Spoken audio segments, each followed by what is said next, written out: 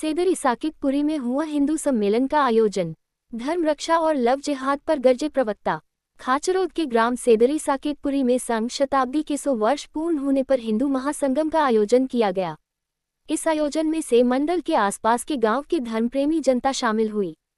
कार्यक्रम में मंचस्थ अतिथि के रूप में प्रांत सामाजिक सद्भाव सह संयोजक विजय जी कैवलिया, खाचरोद के धर्मजागरण मंच प्रांत प्रमुख रामस्नेही संत तोताराम जी महाराज खाचरोद, दुर्गावाहिनी रतलाम विभाग संयोजिका मानसी उपाध्याय आदि ने कार्यक्रम को संबोधित करते हुए हिंदुत्व की रक्षा और पर्यावरण संरक्षण, हिंदू जागरूकता के विषय पर सभी का मार्गदर्शन किया। इस आयोजन में शिशु मंदिर के विद्यार्थियों ने सांस्कृतिक कार्यक्रम की प्रस्तुति दी। संचालन हिंदू सम्मेलन समिति कोषाध्यक्ष सम्रत गरगामा ने किया। आभार कार्यकर्ता अवधा बिहारी नायमा ने माना। इस अवसर पर सामूहिक सहभोज का आयोजन भी किया गया। खाचरोद में संवाददाता नानालाल बम्बोरिया की रिपोर्ट। आजकल भोली बच्चियां समझती नहीं है, रात दिन मोबाइल पर देखती है, परंतु फिर भी उलझ जाती है और वहां जाने के बाद में फूट फूट कर रोती है। अभी कई केस आप देखे पेपर में आ रहे हैं, कई लोगों ने धर्म परिवर्तन करके 14वीं शादी करी उसने, कल ही मैंने देखा है 14वीं शादी करी है उसने और 14 हिंदू लड़कियां हैं जिनके धर्म परिवर्तन करके उन्होंने ऐसी हरकतें की है। तो इसलिए हमारे बच्चे बच्चियों से यही है कि ध्यान रखें, ये पीढ़ी ऐसी है कि जहां हमारे धर्म को भी कलंक लगता है, हमारे गांव को कलंक लगता है, हमारे कुल को कलंक लगता है, हमारे समाज को कलंक लगता है। ऐसा कोई काम नहीं करना कि हमें शर्म से अपनी आंखें झुकानी पड़े। तो इसलिए हे मेरे प्यारे भाइयों माता बहनों, अपने बच्चियों के ऊपर भी आप ध्यान दें। मना नहीं है मोबाइल चलाना, कोई मना नहीं है, परंतु हम उसमें क्या देख रहे हैं ये आवश्यक है। पहला यूं कहता कि छोरा छोरी टीवी दे वगड़ी गया, आई थी वगड़िया, बोले टीवी थी वगड़िया ना, अबे गाय थी वगड़िया तो मोबाइल थी वगड़ी गया। हाँ, माना है कि सत्संग वर्षों करने के बाद भी कुसंग अगर कुछ क्षण का भी मिलता है तो बिगड़ जाते हैं, ये हम सुनते हैं। और जहां कुसंग से हमारी मति क्षीण हो जाती है, कुसंगे मति भ्रंगे शास्त्र कहता है, उससे हमारी मति खराब हो जाती है। कुछ समय के सानिध्य में ही हमारा जीवन खराब हो जाता है। तो कुसंग क्या है? बोले हमारे मालवे की कहावत है, कालियो धोलिया कहने बैठे लूण नहीं तो लखन तो ये कुसंग है। तो आप लोगों के अंदर तो सुंदर संस्कार, इस धरती के ऊपर बड़े बड़े संतों ने तपस्या करी है और उन तपस्वी संतों के सानिध्य में आप लोगों ने रह करके उनके आशीर्वाद आपने प्राप्त किए हैं। आप लोगों की बहुत सुंदर, मैं जब शुरू आया था उसके बाद कई धीरे धीरे यहाँ पर परिवर्तन, कभी भूले नहीं, उसे हमेशा याद रखना है हमें। तो देखो आप लोग क्या टॉपिक है, मुझे भी अभी किसी ने बताया था, बोले आज इस पर बोलना है, भाई हिंदू संस्कृति के ऊपर बोलना है। अब वो क्या टॉपिक है, जब उन्हें पढ़े तो हमें संस्कृति का, हमारे संस्कार का, हमारे धर्म का, ये सब कुछ हमें गौरव होगा, हमें ज्ञान होगा और कि हम अपनी संस्कृति की रक्षा, हमारे समाज की रक्षा, हमारी संस्कृति की रक्षा हम कैसे करें।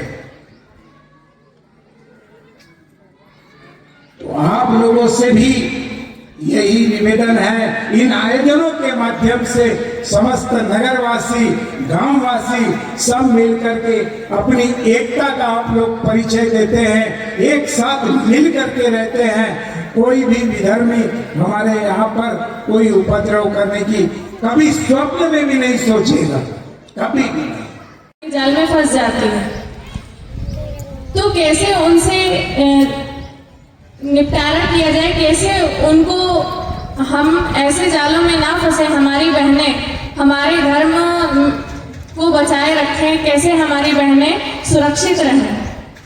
तो उसके लिए हम सभी का कर्तव्य है, हम माता बहनों का कर्तव्य है कि कुछ बातें हमें जो ध्यान में रखनी है यहाँ पर, कि कैसे हमें स्वयं का बोध हो, कैसे हम स्वयं की सुरक्षा कर सकें, कैसे हम हमारे परिवार को सुरक्षित रखें, कैसे हमारे परिवार में संस्कार, हमारे धर्म के प्रति जो संस्कार है, हमारा धर्म है, हमारे कर्तव्यों को हम कैसे भली भांति निर्वहन कर सकें।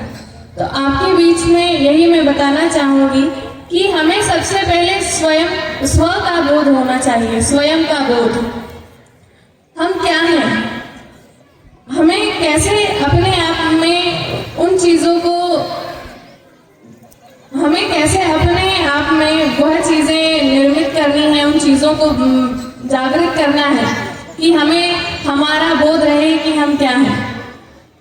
सबसे पहले स्वयं का बोध हो, स्वभाषा। हम जिस देश में रहते हैं उस देश की भाषा हमें आनी चाहिए, ज्ञात होनी चाहिए। हमारी भाषा क्या है?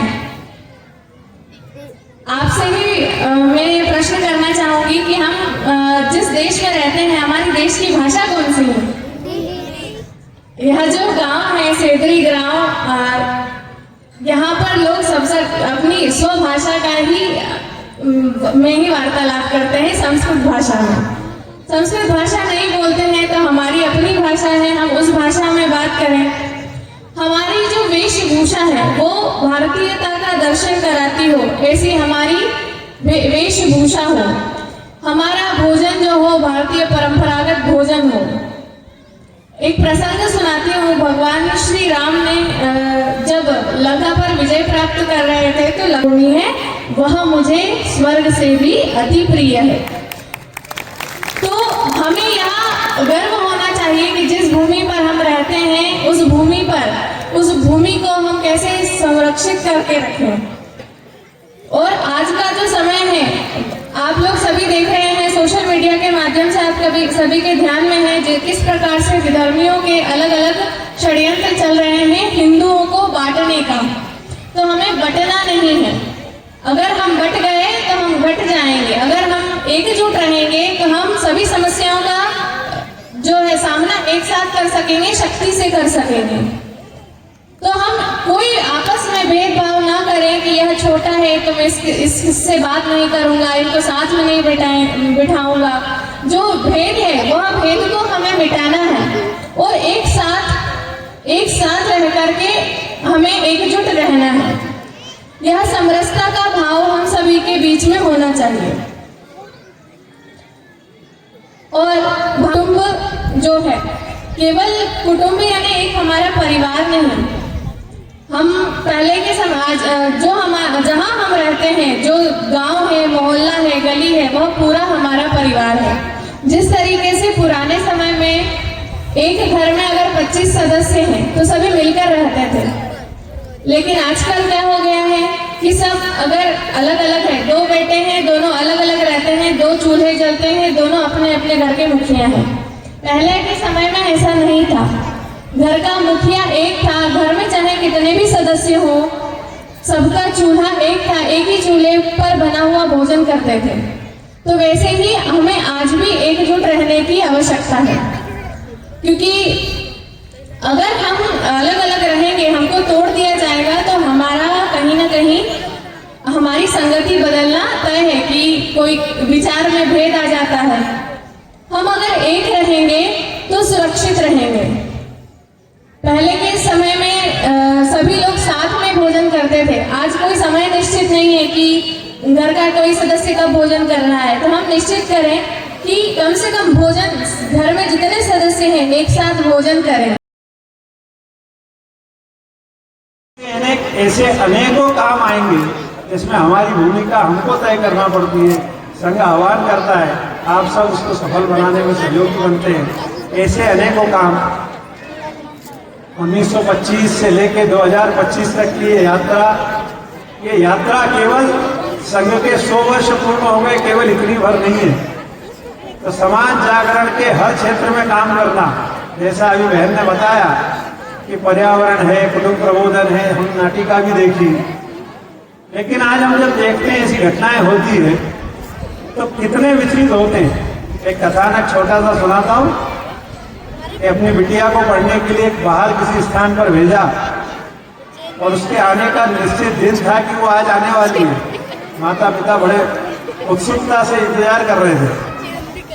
उसकी बस छूट गई।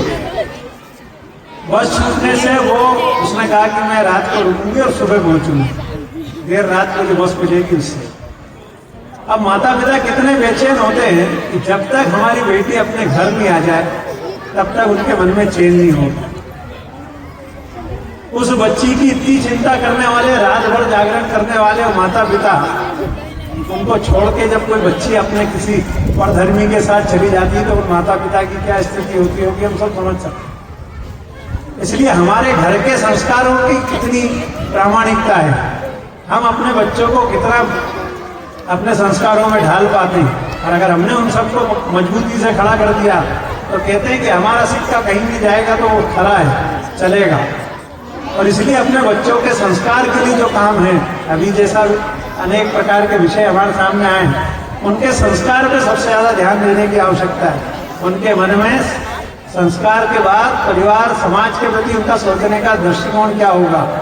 ऐसे अनेकों विषयों को लेकर जब हम अब एकत्रित होते हैं, हम चार लोग मिलते हैं तो देश और समाज के संबंध में हमने क्या करना चाहिए, हम क्या कर सकते हैं, हमारे गांव के लिए कितना अच्छा काम हमारे लिए हो सकता है, माता बहनें सब मिलके क्या उस गांव को एक आदर्श गांव के रूप में स्थापित कर सकते हैं। ये सारे प्रयास अपने आसपास के पूरे मंडल में लगने वाले गांवों में प्रारंभ हो। इसी के उद्देश्य के निमित्त ये हमारा जो है विराट हिंदू सम्मेलन आज यह संपन्न हो रहा है। आप सबसे मेरा पूरा निवेदन है कि आप सबके इस उपस्थिति के कारण से यह विराट हिंदू सम्मेलन सफलता की ओर जा रहा है। आप सब भी भोजन का समय निश्चित हो गया है। शक्ति को भोजन करवाया जाएगा, उसके पश्चात पुरुष वर्ग का भोजन होगा। इसमें सभी सहयोग प्रदान करें। कार्यक्रम आपका अपना है।